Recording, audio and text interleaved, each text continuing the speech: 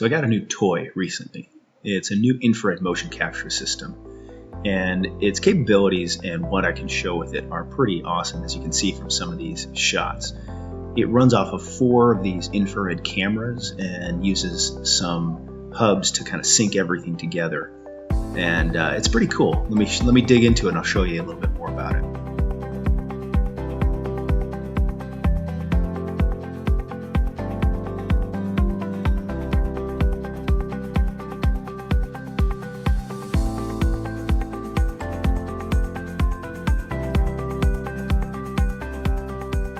Okay, so this is just a basic example of what this thing can do, and I'm only scratching the surface here. So when we look at this main screen, we have 3 main panels right here. This over here on the left, far left here, is just basically showing me that all the infrared markers were visible during the capture period. So when I play this, though, you can see that on the left here, they're all moving. We don't really need that right now, so we'll kind of move that out of the way, because this is where we want to focus, is these first 2 screens. So this, you can see, obviously it's a superimposed skeleton, and we get to, the cool thing is we get to roam around and we can look at it from just about any angle we want. And we can zoom in closer to look at, say, for instance, like how this ankle is moving, and that'll become important in a little bit. We can, of course, zoom out and, and look from above. But a lot of different things. Now over here on the right, this panel here is kind of the main board. It's just showing, this is really a very typical, export sort of when you're reading infrared data for a bike fitting application like this. And if you look at it real quickly, it gives you, how the ankle is moving, the knee, everything as you'd expect. There's a few more measurements on here than you get with typical infrared motion capture systems like the retool unit, etc. But the nice thing also is, while this is running, you'll notice some of the numbers are changing, because and if I stop it at a given point, it'll tell me exactly where that particular joint is at that moment, or where that movement is. So the ankle is at 92 degrees on the left side, 104 on the right, which makes sense because they're at different portions of the pedal stroke. This is kind of nice visually, because we can show what's going on and we can take a look at things. But early on, it's nice to be able to show to people, like, okay, this is how your knee pads are, and we can, like I said, we can zoom in here and then run this, and we can run this at different speeds.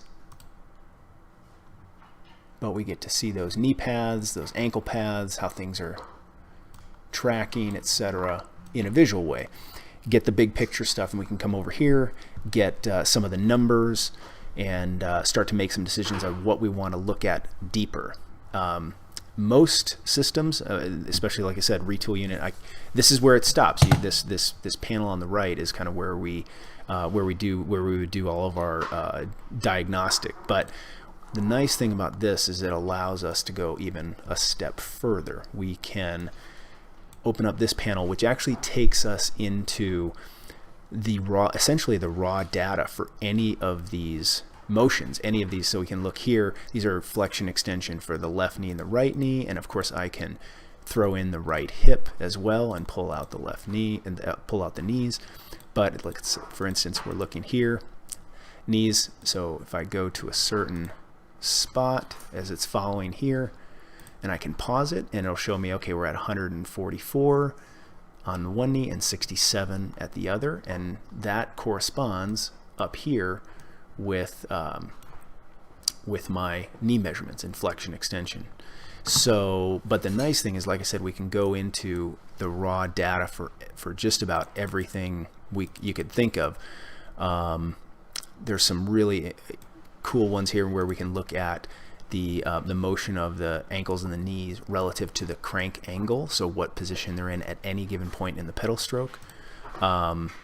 We can look at the back motion, like the back markers, because now we are dealing with, as we can see here, as we come up, we have actual back markers here. that we're tracking. We're tracking C7, the top of the sacrum, and then 2 points in between the basically the lumbothoracic junction and about mid-thoracic here. And so we get to see each of these, and they're noted here. The back points, the back of the hip, the lumbar, the upper spine, and the nape or the neck, and those are these 4. And so again, as we run it, it will track us and show us the lateral motion. And now with some of these, I'm going to just pull this down for a second. Some of these, like you'll notice here, the back is turned, especially if I go back to here. Let me go back to the beginning. And you can kind of see how the back is turned and the head is off to the side a little bit. And that's because when I recorded this rider was actually turning around to kind of look at the screen. This is just a quick demo we were doing, but you can see it happen. See how their torso is turning, but that's just because they were trying to see the screen as we did things. And then I had them straighten up about here. Yeah, it was about 12-second mark. Yep. And they do this later on, but it does affect their knee motion and everything. You can see that in the, let me go back to there. And let's go to the flexion and extensions, and let's go, yeah, so right here. Oh, excuse me, let's go to the lateral motions. That's where we saw it. So we'll go here, and we'll put the knee. And so take a look there. See how so these are in blue, these are the right knee, and in red, those are the left knee. So early on in the phase, when she was pedaling, she was trying to turn around and look behind her to look at the screen. And you can see that right knee tracking out as a result of that.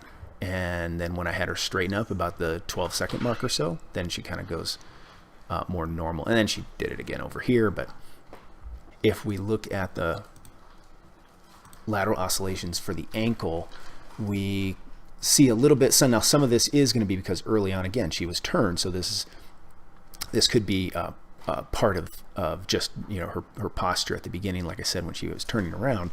But you can see this is the left ankle, this green line. See how it dips further? It means it's kind of coming in closer to the bike frame, and pretty consistently, even throughout the entire 25-second capture period. And so seeing that, we wouldn't normally get this level of detail, and we wouldn't be able to see where in the pedal stroke this was necessarily happening. But we can actually, like I said, pick a point and walk through and actually see exactly when it starts to do that. And we can then come into the screen here and we can take a look. And I think what we'll do is we'll come to the top, and I'll just go through frame by frame. So as she comes through, then we have a little dive in there. We're gonna have to, there we go. And there you can kind of see some of that movement. Now, just nice that we're able to then go into these individually and look at the data, and then still use the big picture to show the client. This also does have a webcam that I can hook up and sync to this, so it will actually run at the same time as this, and we can the person can then see how they're pedaling, just from a purely visual aspect too. But then now like I said, we also get all this data as we're going.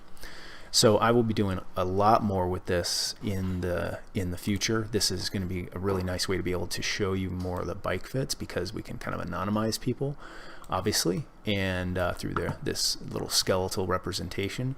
But it'll give us, I think it'll give some really good views of things, so you can really see how certain things interact, how they factor into a bike fit. So that's all for this one, just a quick one. Hopefully you found this interesting, and we'll see you next time. Thanks.